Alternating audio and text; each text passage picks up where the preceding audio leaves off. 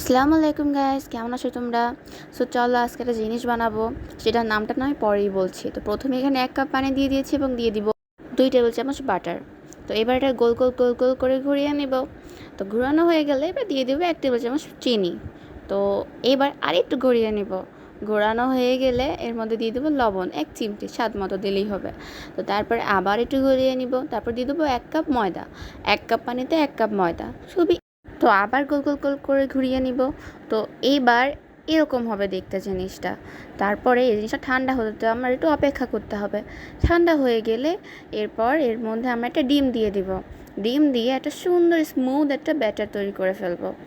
Smooth হয়ে গেলে দেখো, তোমাদেরকে আমি দেখিয়ে দিয়েছি কীরকম হবে। তো দেখেই নিলে একদম স্মুথ হবে। তো এরপরে একটা পাইপিং ব্যাগে একটা নজল দিয়ে দিব, একটা বড় টাইপের।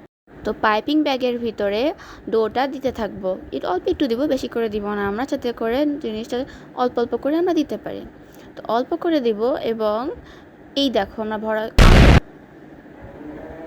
ফা হয়ে গেছে পুরা। তো আমরা তাতে কি হয়েছে, আমার তো বুদ্ধি আছে। আমার এত সুন্দর একটা মাথা যদি বুদ্ধি না থাকে তাহলে হয়।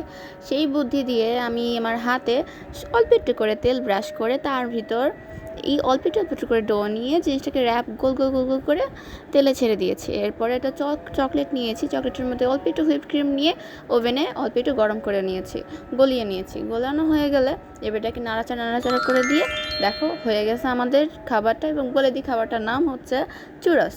আর এটা হচ্ছে বিদেশি খাবার, যদিও দেশটার নাম আমি জানি না এখনো পর্যন্ত। যাই হোক, খেতে অনেক মজা হয়েছিল। আর এই দেখো অনেকটা ক্রিস্পিও হয়েছিল। So thank you for watching. আর সিরিয়াসলি খেতে মজা হয়েছিল, তোমরা চাইলে ট্রাই করতে পারো।